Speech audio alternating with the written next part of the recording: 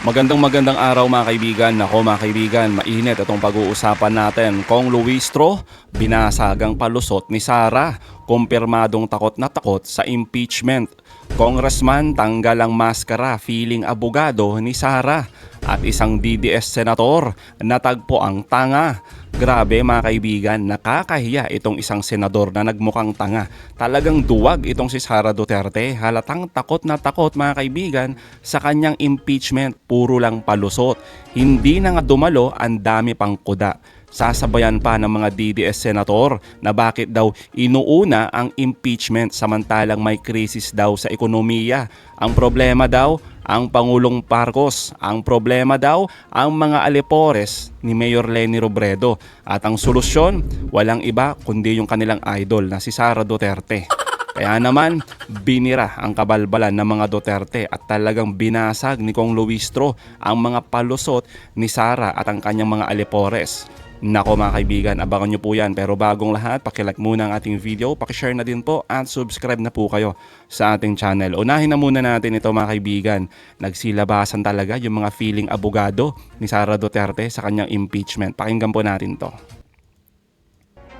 Kagaya ng inaasahan, no-show si Vice President Sara Duterte sa unang hearing proper ng House Justice Committee sa impeachment complaints laban sa kanya.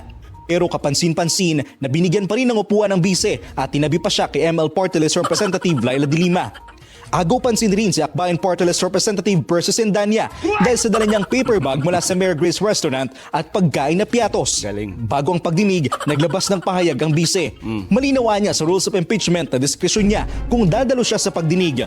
Niniwala raw siya na paraan ito ng mga mambabatas para magsagawa ng fishing expedition at inuuna pa raw ng komite ang politika kumpara sa krisis na nararanasan ng bansa. Daming rason mga kaibigan, no? Daming rason ng ating vice presidente. Takot lang talaga, tulad ng kanyang ama. Di po ba? Sabay hihirit mga kaibigan nitong napakagaling. Number 1 Senador Robin Padilla. Sabay hirit. Sabi niya mga kaibigan, and I quote, may impeachment pa rin pala sa gitna ng kinakaharap ng mga Pilipino. Malamang may impeachment. Bakit? Tapos na ba? Tsaka hindi ba pwedeng pagsabayin na resolbahin itong dalawang problema? Mr. Robin Padilla, iba ka din no? Kaya naman ito yung sagot ni Kong Luistro. Kahit may impeachment, tuloy tayo sa iba nating tungkulin. Ang ating serbisyo publiko ay hindi napuputol. Tama. Hindi tumitigil kahit sa gitna ng pinakamabigat na tungkulin. While we scrutinize those in power, we do not lose sight of the hardships faced by the powerless. Taliwas sa pahayag ng kampo ng VP, iginiit ni House Justice Committee Chair Jervy Luistro na hindi trial ang kanilang pagdinig kundi isang clarificatory hearing lamang. Wala man ang bisa sa pagdinig, tila may umabogado sa kanya na miyembro ng komite. The respondent has the right not to appear, and therefore she does not need to be present, because that is the right of a respondent, akin to a accused in a criminal case. Kong Rufus, mga kaibigan, no? May tanong sa'yo yung mga pilosopo, Kong Rufus. Nakatanggap ka ba daw ng maleta? Galing kay Sara Duterte. Sabi ng mga pilosopo. Pero totoo naman mga kaibigan, no? Yung sinasabi ni Rufus tsaka ni Sara Duterte na discretion niya kung a-attend siya o hindi. Wala namang masama doon mga kaibigan. Ang nakakabwisit lang talaga, no? Ang dami niyang palusot kasi. Na kesyo pinupolitika siya, puro lang fishing expedition. At yung matindi mga kaibigan, sinasabi niya na unconstitutional daw yung ginagawang impeachment hearing ng Kamara. Kapal ng mukha, di ba mga kaibigan? Takot na takot.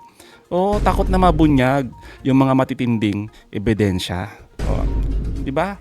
Yung matitinding baho ng mga Duterte. Sabay feeling mag-abogado pa itong si trapong congressman. Ay nako talaga. Maging pagpapasabina sa umunay bagman ni VP Sara na si Ramil Madriaga para tumistigo ay kinontra rin ni Cagayan de Oro City Congressman Rufus Rodriguez. Ramil Madriaga is a polluted source. Paano mo He is alam? facing kidnapping with murder charges. Sa kabila nito, sa botong 35-1-0, inaprubahan ng komite ang pagpapatawag at pagbibigay ng protective custody kay Madriaga. Ipinapasabi na rin ng isa sa mga abogado ni VP Sara na si Attorney Michael Poa na dati rin niyang Chief of Staff sa DepEd. Bukod dito, kabilang din sa pinapatawag ng komite ang Office of the Ombudsman para sa Statement of Assets, Liabilities and Net Worth o SALN ng BICE. Aprobado rin ang motion para ipatawag ang NBI para sa investigation records sa reklamong grave threats ng VP. Pati na rin ang BIR, PSA, SEC at COA na posibleng makuhaan ng dokumentong magagamit bilang ebidensya. Hindi na talaga mapigilan mga kaibigan ni Sara Duterte itong impeachment kahit hindi siya dumalo. Talaga maglalabasan itong mga ebidensya. Kaya nga double time mga kaibigan yung pagtatanggol ng mga alipores niya. Yung mga DDS. Lalong-lalo na yung mga senador. Yung mga senador, isa na dito mga kaibigan si Senador Robin na talagang asartalo. Pakinggan nyo to mga kaibigan. Kanina, inis na inis ako pagising ko. May impeachment na naman. Ano ba itong kalokohan na to? Meron pa silang papiyapiyatos na hawak doon. Di ba mga kaibigan, asartalo no? Oo. Ang tawag kasi doon, satire o kaya naman parody, no? Mr. Robin Padilla. Number 1 senador ka pa naman, no? Tapos asartalo ka sa ganyan lang. Ngayon, kung sa tingin mo, no, senador ka, magaling ka, mukha kang parang ang abogado, no? Kung may mali sa ginawa nila Kong Dilima, no, yung mga congressman na may daladalang piyato sa kamera, abay magreklamo ka. Yun yung pinakamaganda doon, no? Magreklamo ka, mag-file ka ng ethics. Hindi yung puro ka kuda sa harap ng camera. Di ba? Ayaw nga pala, no? Artista ka pala. Ay nako. Alam nyo, mga kababayan, sa totoo lang po, patawarin ako nitong mga kaibigan natin na ito. Hindi ba kayo nahihiyaan yung ginagawa ninyo? Ano daw? Nahihiya? Mr. Robin, no, number 1 senador, mas nakakahiya yung magnanakaw, di ba? Yung mamamatay tao at nagbabanta sa buhay ng Pangulo. Yun yung nakakahiya. Nakakahiya nga yung mga senador na umiidolo sa isang leader na mamamatay tao at magnanakaw. Nakakahiya yun. Alam niyo po ba yun? Yun ang nakakahiya. Ang mga kababayan natin nag-iisip kung anong kakainin nila. Itong mga panahon nito. Magkano ang bilihin? Ang iisipin ninyo, politika. Wow. Kayo yun. Talagang hindi ako makapaniwala. Kung ganito ang mentalidad natin, sino pa makakatulong sa atin? Sino? Isipin ninyo, ang ini-issue natin sa Vice President natin, piatos! Naiintindihan nyo ba yun? Na sa confidential ho kasi, Ayan na naman. inuulit ko, dati po tayo sa intelligence. Hindi naman gumagamit ng totoong pangalan dyan, boss. Paano ko naman gagamit ng totoong pangalan niya? Give away mo na kung sino yung asset mo. Ang galing mga kaibigan, no? Hindi lang to feeling abogado, di ba? Feeling profesor pa, no? Kala mo talaga totoo, no? Yan yung sinasabi natin mga kaibigan. Nagtatago na naman sa reason na confidential nga Bakit sasabihin itong mga asset? Alam nyo po, no? Simplihan na lang natin, Mr. Robin, no? Confidential nga yung mga asset at mga spy. Oo, para sa security nila. Pero mga kaibigan, sa isang information profile sheet na dapat mga tunay na pangalan at picture ng mga asset, dapat hawak yan ng OBP. Bakit kanyo mga kaibigan? Para pag nagkaroon ng confidential audit ang COA, malalaman nila kung ang perang mga napunta sa mga spy kuno, di ba? Yung mga asset, totoong tao sila. Talaga natanggap nila yung mga pera. Paano kung yung project mga kaibigan, milyon-milyon? Paano natin malalaman kung napunta nga sa tunay na tao yan? Kaya nga yung pinagagawa nila mga kaibigan, yung issue dyan. Kasi nga Mary Grace Piatos, di ba, yung pinaglalagay na pangalan. Tapos nung titignan kung sino tong mga to, hindi nila mapakita kung sino-sino yan. Malay ba natin kung napunta na lang sa isang korap na politiko yung pera ng bayan, di ba? Kaya hindi pwede yung reason na yan, napakababaw yan. Nasasabihin lang na Senador Robin Padilla, confidential nga Ay nako naman talaga, kahit anong sabihin mo, meron pa ring accountability. Kailangan may transparent pa rin. Pagdating nga sa pag-audit, kailangan malaman kung saan napunta yung pera. Napakasimple lang naman, no? Ay, oo nga pala, mga kaibigan. Artista pala. Ay, nako. Bihira talaga ako. Alam nyo, sa totoo lang po, ako'y nalulungkot. Uy. Kasi sa panahon nito, dapat sama-sama tayo. Lalala nyo, kasi parang pandemic ito, boss eh. Another phase ito ng pandemic. Dapat sama-sama tayo dito. At yung mga natutunan natin dapat ng pandemic, i-apply natin ngayon. Kasi nung nakaraang pandemic, na ipakita sa atin ng dating Pangulo kung paano i-handle. Wow. So meron na tayong leksyon eh. Kaya sana wag na lang maging pabida-bida, yung maraming umaagaw ng eksena. Hindi ito yung oras na yun, boss. Tama ka naman, no? Hindi talaga ito yung oras ng pabida. Tulad mo, no? Pabida ka eh, no? Puro logical fallacy ka naman. Oo.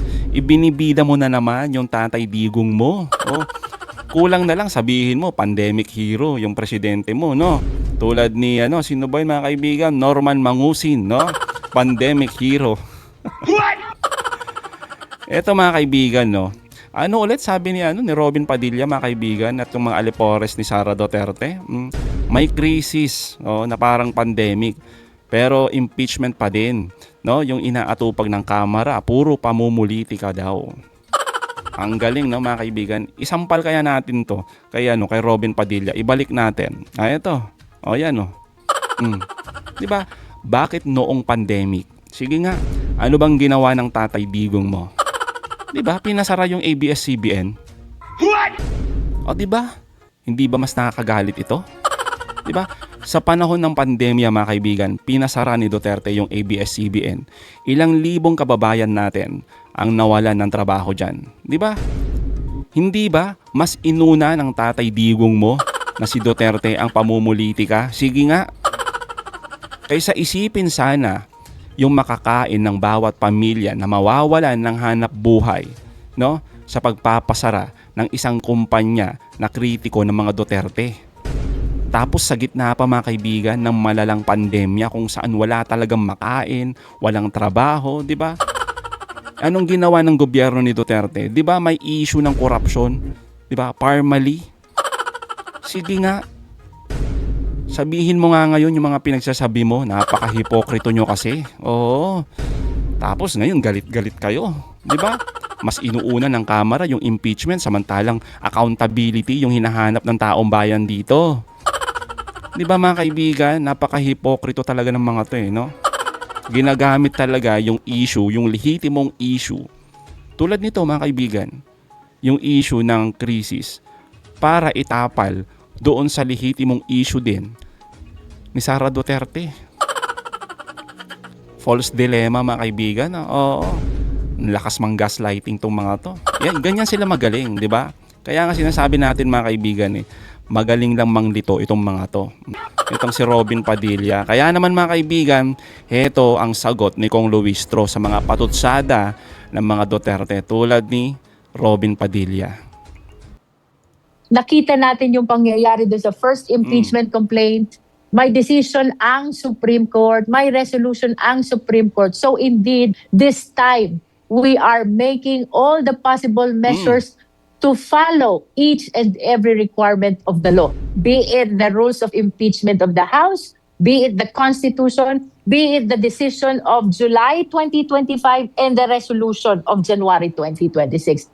Lahat inaaral namin yan to make sure that we do not deviate and there will be no opportunity, hopefully, for them to go to the Supreme Court. Prerogative niya yan. Choice niya yan. Karapatan niya yan whether to come or not to come. Ang sa akin lang, 2024 pa. Naghihintay na ang taong bayan ng kasagutan sa aligasyon ng confidential fund, sa threat committed against the life of the President, the First Lady, the former Speaker, and even to the allegations of unexplained wealth. No? This impeachment process is a mechanism to implement accountability. And sabi sa Constitution, public office is a public trust. We are accountable to all the people at all times. Hindi choice namin. Choice niya not to attend. No? But of course, we are not losing our hope. I expressed kahapon sa hearing na the Vice President including her counsels, are welcome anytime to participate at any stage of the hearing proper. See? Well, tayo po'y humihingi ng pangunawa sa sambayan ng Pilipino. Meron po tayong rules, meron pong constitution, at merong Supreme Court decisions na kailangan pong sundin ng Justice Committee, no? But we express our commitment to the Filipino people that we will do our duty. We will proceed notwithstanding the non-appearance and non-participation of the respondent. Itutuloy po namin ito, and hopefully we will reach the conclusion of this impeachment process. Pag sinabi natin syempre in conclusion, we're referring to the decision of the senator judges na. Let me clarify, the purpose of this is not really to televise the evidence, but to guide the justice members in weighing the evidence of the complainant and the evidence of the respondent for them to be able to judge whether or not probable cause exists. Yun Ito naman ang pala. ebidensya ng complainant, ito ang ebidensya ng respondent. You weigh it, now you decide. May probable cause ba o wala? Oh, malinaw naman no yung pagpapaliwanag ni Kong Luistro, Robin Padilla. Oy. Oh. Kaya yung tanong mo bakit may impeachment pa? O yan yung sagot. 'Di ba? Well, sa bagay mga kaibigan, artista kasi no, itong number 1 senador natin, magaling magdrama. Yun nga mga kaibigan, ang ano dito, ang assurance natin mga kaibigan, tuloy ang impeachment kahit wala si Sara Duterte, 'di ba? Tuloy pa din 'yan. Kaya kahit anong sabihin na kumuda itong mga DDS, wala na kayong magagawa. Tuloy ang impeachment. Makikita ang taong bayan yung mga iba pang mga ebidensya. Oo. Huwag kayong mag-alala. 'Di ba mga DDS? Pupunta naman si Sara sa Supreme Court eh. Malay nyo, 'di ba? Kampihan siya. Oh. Tsaka malay nyo din. Pagdating sa Senado, 'di ba? Nandyan yung mga alipores niya. Diyan ka na lang magbida-bida, Robin Padilla. 'Di ba? Yun eh. Pero ngayon, hayaan mo muna ang Kamara gawin nila yung trabaho nila. 'Di ba? Mandato naman nila 'yan eh. Kasi nga, isa yan sa proseso sa paghahanap ng accountability. Tsaka yung sinasabi niyong pamumulitika, kayo-kayo lang yon. Di po ba? So mga kaibigan, anong masasabi niyo patungkol dito? Comment down below. Again mga kaibigan, huwag niyong kalimutan, i-like at i-share ang mga videos hanggang sa muli. Kita-kita ulit tayo mga kaibigan.